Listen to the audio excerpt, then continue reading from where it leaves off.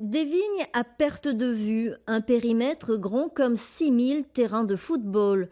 Voilà le territoire des caves coopératives de Laudun et de Chusclon. Cette vaste étendue fait la fierté des vignerons gardois de l'AOC Côtes-du-Rhône. Pour preuve, le nombre d'adhérents augmente chaque année. Son président Philippe Pélaton voit une nouvelle génération retrouver le chemin des exploitations familiales. Il aide Benjamin Fillung à préparer sa première vendange.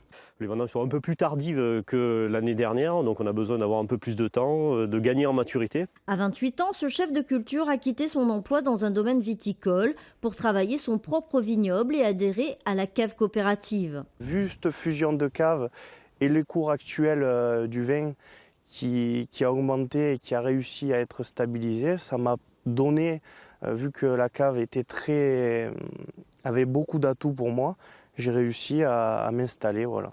La période de difficulté que nous avons connue entre les années 2003 à 2010 a freiné cette installation des jeunes. Aujourd'hui, on voit refleurir bien sûr pas mal d'installations.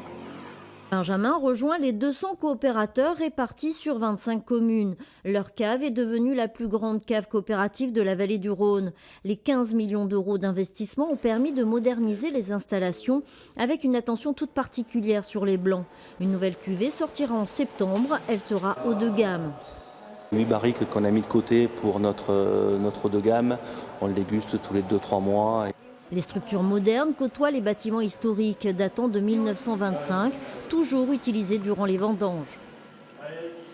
Donc, on est sur quelle catégorie là? On sera sur quoi? Sur des syrahs? Sur les premiers syrahs. Cette organisation permet de produire 140 000 hectolitres en vrac et en bouteille. C'est une véritable force. Ce volume nous permet de répondre à deux principes, qui est d'abord l'optimisation des process de vinification. Globalement, plus j'ai de volume, mieux j'arrive à gérer mes apports, à les vinifier avec des outils qui coûtent de plus en plus cher et qui me permettent de les acheter.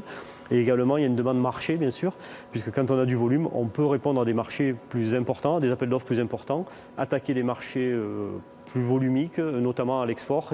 Avec ses 200 bouteilles référencées, la cave coopérative de Laudun-Chusclon est un véritable poids lourd en France. Chaque vin a sa propre identité correspondant à la richesse du terroir, mais qui reflète aussi les différentes personnalités des vignerons.